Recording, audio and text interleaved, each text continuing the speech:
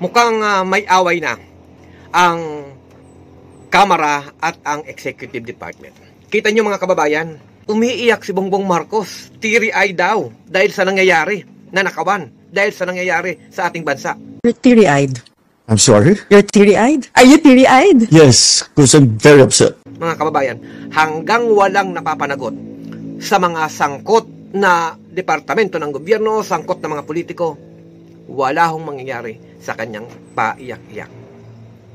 Mga kababayan, dapat may mapaparusahan sa pagnanakaw sa kabangbayan.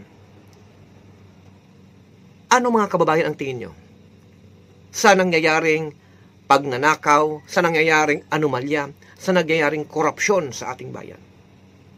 Ano ang inyong masasabi? Samantalang si Bongbong Marcos, marami ding dapat bayaran sa kabangbayan. Ang kanilang pamilyang ninakaw ang yaman ng ating mga kababayan.